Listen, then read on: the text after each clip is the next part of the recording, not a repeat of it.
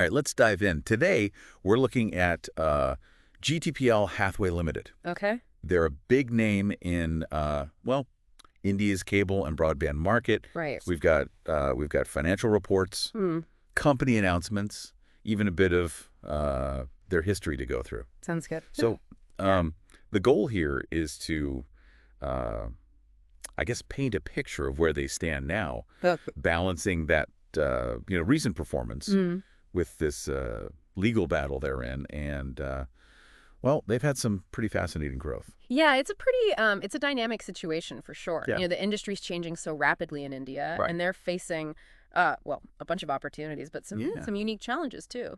Let's start with the good news, though. Okay. GTPL Hathway, they're doing pretty well financially. Their last quarterly report shows some serious growth. Yeah. Like their total income, just for the quarter ending December 31st, 2024. Yeah. It was 5,651.60 million. And that's standalone. That's not even including subsidiaries. Yeah, that standalone income figure, that's a big jump from same quarter last year. Oh, really? Yeah, it was 5,216.87 million then. And if you look at their consolidated financials, Okay. which, includes the subsidiaries, their total income for the quarter, it jumps to like a huge euro 8,956.80 million. So is this level of growth like typical for this industry? Or is GTPL like exceeding expectations? Well, I mean, the industry itself is growing a lot in India. Yeah, I can imagine. It's being driven by, increasing digitization and a huge demand for internet, like all across the country. Okay. But even with that, overall growth, GTPL Hathway's numbers, they do seem to be, I guess, better than some of their competitors. Interesting. Yeah, their consolidated income for the 9 months leading up to December 31st. Okay. It was 26,082.98 million. Which is, up from 24,312.08 million the same time in 2023. So on the surface, things look pretty good. Yeah. But here's where it gets a little complicated. GTPL Hathway, they're in a bit of a legal battle. Really? With the Department of Telecommunications. The DOT. Okay. Over some pretty hefty unpaid license fees. Uh-oh. Yeah, it's a bit messy. Okay, so what's happening? So the DOT, they're demanding a rather large sum of money. How much? We're talking 9,754.15 million in license fees. Ooh. Just from their cable TV revenue. And then another euro 3,146.31 million for internet services. Okay. But that's from their subsidiary, GTPL Broadband Private Limited. Right. Now, here's my question. Yeah. Why is the DOT even going after license fees for cable TV? I mean, Isn't that like usually outside of what they regulate? yeah, that's it's kind of the main point of this whole legal thing. The DOT, they're basing their claims on a Supreme Court judgment that deals with adjusted gross revenue. Right. Or AGR. Yeah. Which is, basically what they use to calculate license fees for telecom operators. Yeah. They're saying that some of GTPL Hathway's cable TV revenue should actually be counted towards AGR. Okay. So therefore, it should be subject to licensing fees.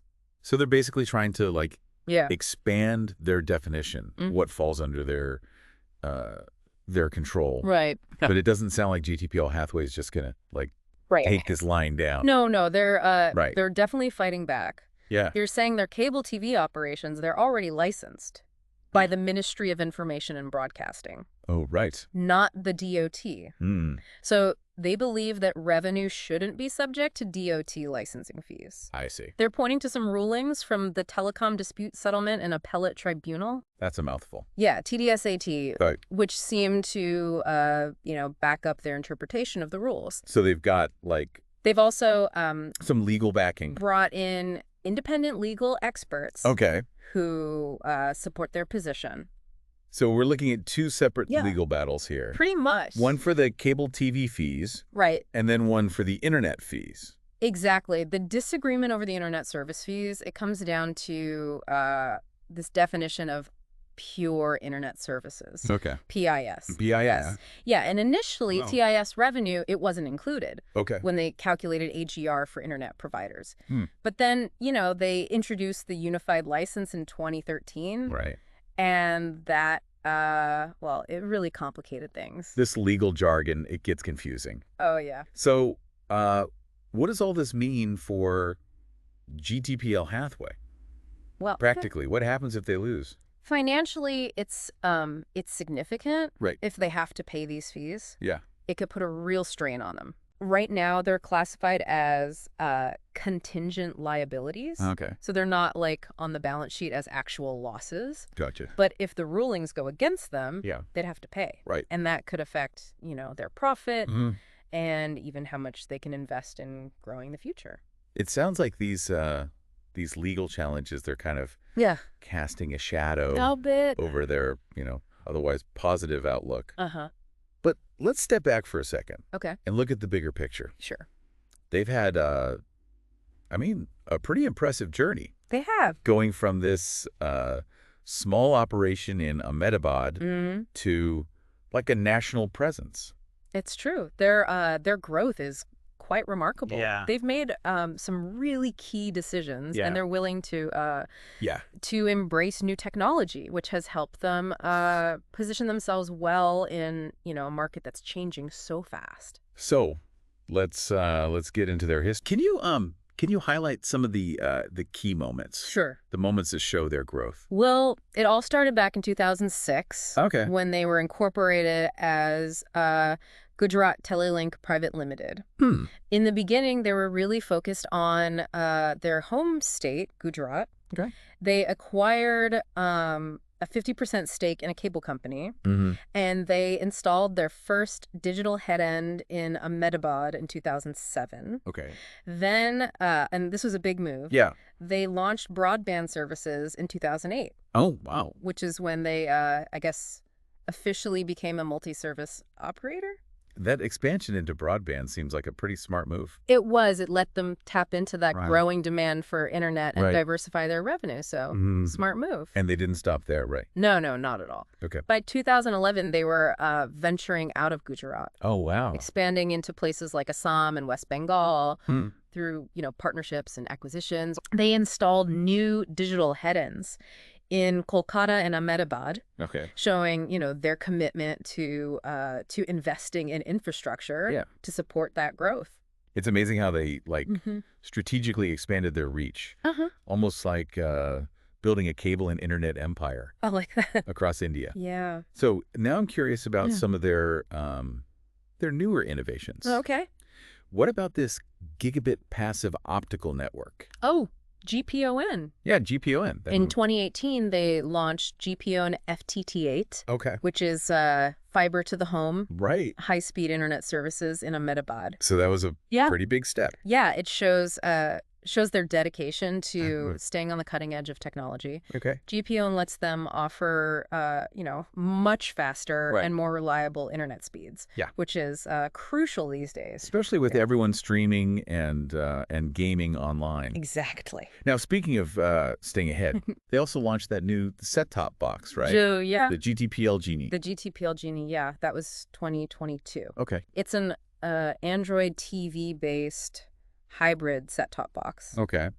It was I think, a really strategic move. How so? Well, because it bridges the gap between, traditional cable TV and all the streaming services. Oh, I see. So customers can access both linear TV channels and over-the-top OTT platforms all through the same device. That's pretty smart. Yeah, it lets them stay competitive and offer like a more complete entertainment package. It's a good way to adapt to how, the consumers are changing. All right, let's move on to some of the recent corporate actions. Sure. They acquired the remaining stake in GTPL Vision Services, making it a wholly owned subsidiary. Right. But they also sold their stake in GTPL Bansidhar Telelink. Interesting. Seems like they're consolidating some holdings. Yeah. But also strategically divesting from others. Right. Acquiring full ownership of GTPL Vision Services. It lets them streamline things. Okay. And maybe leverage that subsidiary's strengths better. Yeah. They have complete control now, Right. which can be good from a management perspective. Yeah. And strategically, too. Well, selling their stake in GTPL Bandsit our Telelink, though. yeah. That could be a way to free up capital Right. for other investments. Okay. Maybe areas that, align better with their growth strategy or offer higher potential returns. So it seems like they're really thinking things through carefully, considering all their options. It's a complex market. Yeah. So. But before we wrap up this part of the deep dive, I want to circle back to those legal challenges, those disputes with the DOT. Yeah. They're a big factor. That could impact GTPL Hathway's future. They really are. They raise some fundamental questions about how cable and internet providers are regulated in India. Yeah. The outcome of all this, it could affect the whole industry, really. It's fascinating how GTPL Hathway is handling all of this. They're a company on the move. Definitely. Adapting to a very dynamic market. But these legal hurdles, they're a real challenge. They are. And they could have a big impact on their future. It'll be interesting to see how it all unfolds. Yeah, definitely. And what impact it has on their growth and their profitability going forward. Okay, so that's it for part one of our deep dive into GTPL Hathway Ltd. Sounds good. We've covered a lot. Financials. Their financials, their growth, their innovations, and of course those legal battles. Right. But there's still more to explore. For sure. We'll be back soon with part two, where we'll take a closer look at their financials, examining their revenue streams, expenses, and their overall financial health. Sounds good. We'll be delving into the numbers behind their success and looking at the factors that could affect their future performance. Excellent. Stay tuned. Welcome back to our deep dive into GTPL Hathway Ltd. All right. So as we said, we're going to take a closer look at their financials today. Okay. Explore those numbers behind their impressive growth. We saw that their overall revenue is strong. Right. But it'd be good to break down how their different business segments are doing to see where the revenue is coming from. And how each part contributes to their overall success. Absolutely. And their consolidated financial statement. It actually gives us a breakdown of their revenue by segment. Right. Like we mentioned, their three main segments are cable TV business, internet service, and projects, which includes all that operation and maintenance work related to laying optical fiber cable. Okay, so what stands out to you when you look at this? Well, their cable TV business, that's still their primary revenue generator. Makes sense. For the 9 months ending December 31st, 2024. Okay. It brought in $21,311.47 million. Wow. And to put that in perspective, their total consolidated revenue for that same period was $25,862.08 million. Okay. So cable TV, it's a big part of their business. Yeah, a major part. For sure. So their cable TV business, it's a reliable source of income for them. Seems like it. But what about their internet service segment?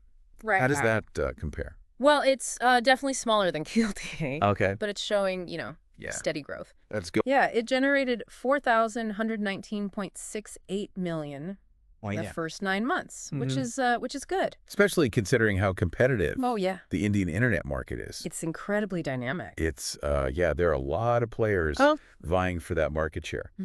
So the fact that GTPL Hathway's internet service segment, it's growing at a decent pace. Yeah. That's a good sign. It is. Now, what about their project segment? Okay. Is that a big contributor to their overall revenue? It's smaller compared to the other two. Okay. For those 9 months, it brought in $552.45 million. But, this segment, it has the potential to grow a lot. Really? Why? Remember, they're not just providing cable and internet. Right. They're also they're building the infrastructure that supports it all. Right. Especially with the Digital India Initiative. Exactly. So their involvement in laying that optic fiber cable through their project segment, that gives them a real advantage. It's like It's like they're playing both sides. Yeah, okay. They're not just relying on existing infrastructure. They're building the infrastructure of the future. It's that's really smart. It's good diversification. Yeah. Spreads their risk. Right. Opens up, more avenues for growth. It's like not putting all your eggs in one basket. Exactly.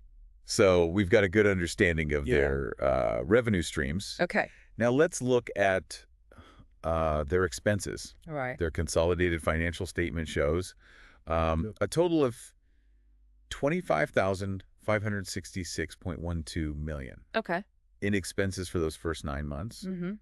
So where's the bulk of that money going? Well, the biggest category is operating expenses, which was $18,392.69 million. For the 9 months. Yeah. This includes things like content costs, which are, big in the cable TV business. Right. And then transmission charges and other costs of, running their cable and internet operations. I mean, providing entertainment and connectivity on such a large scale. It's a big operation. It's got to be expensive. For sure. What about other notable expenses? Sure. I see depreciation and amortization expense at $2,751.18 million. Right. That reflects the cost of using their assets over time. Okay. Like their network infrastructure, equipment, things like that. Yeah. It's a non-cash expense. Okay. So it doesn't mean actual cash outflow. Right. But it's still important to consider. It gives us a sense of how much they're investing in maintaining and upgrading their stuff. To keep providing high-quality services. Right. Another expense I see is employee benefits expense at $1,212.13 million. That's for which means salaries, wages, other benefits for their employees. They must have a lot of employees. Oh, yeah. They need a big team to manage everything. Yeah. Customer service, technical support, network maintenance, all of it. So we've looked at their revenue. We've looked at their expenses. Okay. Now for the big question. The big question, yeah. Profitability. Let's see. What's their net profit looking like? All right. So their consolidated net profit for the 9 months ending December 31st, 2024, was $383.62 million.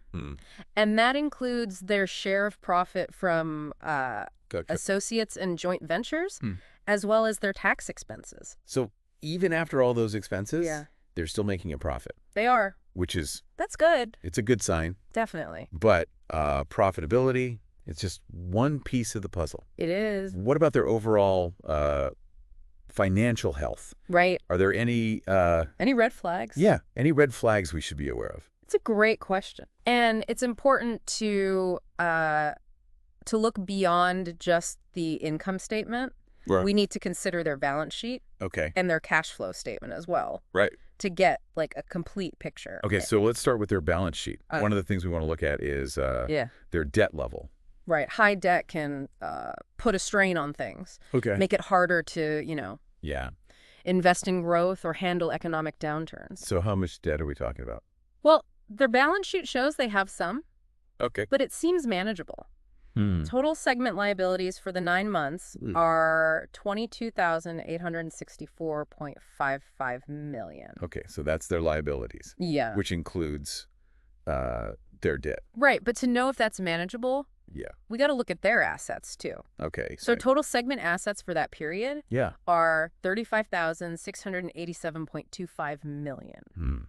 So their assets outweigh their liabilities. They do, which is generally a good sign. It means they have a solid asset base to support their operations and, potential growth. That's reassuring. It means they have valuable assets that can be used to generate revenue and potentially, cover their debt obligations. But what about their cash flow? Oh. Are they making enough cash from their operations to cover those expenses and investments? It's crucial. Unfortunately, we don't have their full cash flow statement in the materials you provided, but we can still get some idea from their income statement and balance sheet. Right. Their net profit, it shows they are, generating a positive return. Right, but net profit doesn't always directly translate to cash on hand. Exactly. Net profit's affected by non-cash expenses like depreciation. Okay. Which, affects profitability on paper, but no actual cash outflow. And there are other factors, too, like changes in working capital that can affect their cash position. So to really know... To get a clear picture... we need more from that cash flow statement. It's like a detective novel. I like that. We've got clues, but we need more evidence to solve the case. So based on what we do have, what's your assessment of their financial picture? Overall, I'd say at first glance, it looks pretty solid. Okay. They've got a diverse revenue stream. They seem to be managing expenses well. And they're making a profit. Their assets outweigh their liabilities. Which suggests, you know, a healthy balance sheet. Well, but we can't forget about. We can't forget about those contingent liabilities. Those legal battles. The legal battles with the DOT. And those potential license fees. They could really change things. They could, And that's something we'll look at more in part 3. Okay. We'll explore those challenges in more detail. And consider what might happen to GTPL Hathway.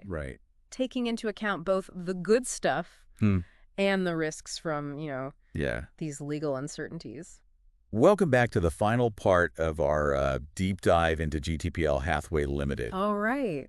So we've explored their financials, their growth, you know, their strategic moves. But now we have to talk about the big... the big question mark hanging over this company. What's that? Those legal battles. Oh, right. With the Department of Telecommunications. Those are... These disputes, they could have a big impact. A major impact on GTPL Hathway's future. It's really a fascinating case study. In what way? Well, you've got a company that's performing well financially. They have a clear vision for growth. But then they've got these legal challenges that could create some serious financial headwinds. Okay, so let's remind ourselves of those two key legal issues. First, we've got the .T's demand for $9,754.15 million. In license fees, just from their cable TV revenue. It all comes down to whether that revenue should be included when calculating adjusted gross revenue. AGR. AGR, which is used to determine those license fees. And GTPL Hathway, they're saying. Their argument is... They shouldn't have to pay. They shouldn't have to pay those fees. Because cable TV falls under the Ministry of Information and Broadcasting, not the .AT. So they think the .AT is... kind of overstepping their boundaries, trying to claim those fees. And they're using... they're using those previous rulings... From the... TSAT. Telecom disputes settlement. And appellate tribunal. Which seem to support their interpretation. Okay, so that's legal battle number 1. What about the second one? The second dispute. It involves... GTPL Broadband Private Ltd. Their subsidiary. And they're facing a demand for $3,146.31 million. In unpaid license fees. For internet services. And this all boils down to... It comes down to how they define pure internet services. PIS. PIS, exactly. And whether that revenue should be included in AGR. AGR calculation. For internet providers, the pure internet services debate. It sounds like a technicality, but... It's a big deal. Oh, financially, it's huge. And if I remember correctly, this issue, it all stems from the introduction of... Of the unified license in 2013. Which kind of changed the rules. For internet providers. The unified license. It did. It created a lot of ambiguity, and a lot of providers are now challenging it. So TTPL Hathway is basically... They're fighting on two fronts, arguing for a narrower interpretation of AGR. In both cases. In both cases, And they've said they're confident in their legal position. And they brought in those? They've got those... Independent experts. Legal experts. To back them up. But let's be realistic. There's a chance they could. There's always a chance they could lose. Lose one or both of these battles. It's possible. What happens then? What are the consequences? What are the consequences? Well, if they have to pay both of those demands, it would be a big financial burden. We're talking over $12 billion. That could really impact... It could impact their profitability, their ability to, invest in growth. They might even have to take on more debt. To cover it. Potentially. That's not good. It's not a great situation. But these are still... they're still classified as contingent liabilities. Right, so they haven't actually they're not been recorded as losses yet. Not on their balance sheet, no. Okay, but even the uncertainty. Even the uncertainty can be bad. In what way? It can make investors hesitant. Oh, right. And it can create volatility in their stock price. So let's play out some scenarios. Okay. Best case scenario. Best case. They win both battles. Okay. What happens then? What does that mean for them?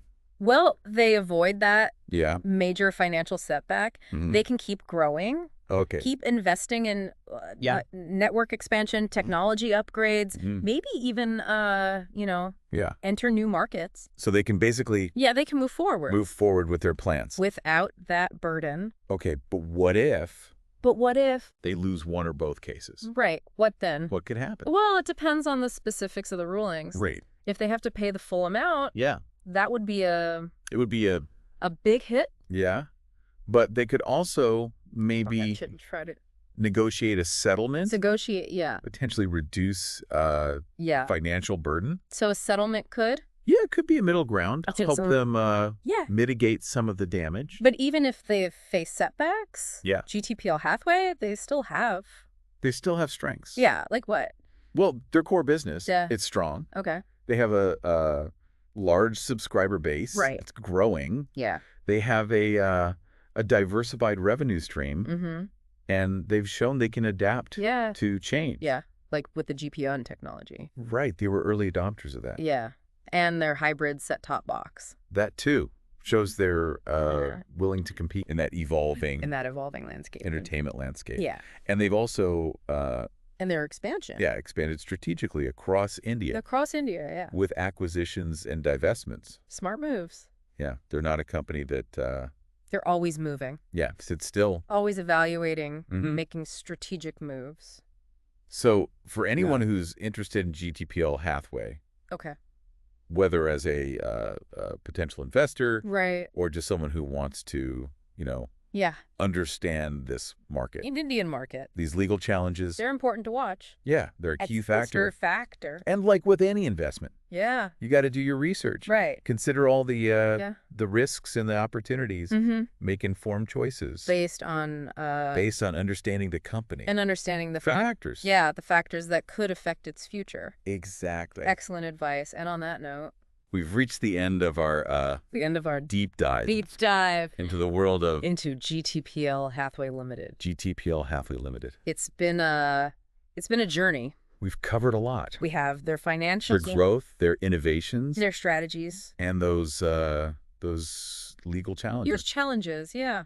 Hopefully, this deep dive has given you some insights, some valuable insights, a deeper understanding into this dynamic and intriguing company. As always, we encourage you to keep exploring. Do your own research. Read those reports. Stay informed. Stay informed about the Indian telecom sector. And think about the bigger implications for cable and internet. Globally, knowledge is power, especially these days. Yeah, the more you know, the better decisions you can make. Well said. Thanks for joining us. Thanks for having me. On this journey into the world of GTPL Hathway. GTPL Hathway Ltd. Until next time. Stay curious and keep exploring.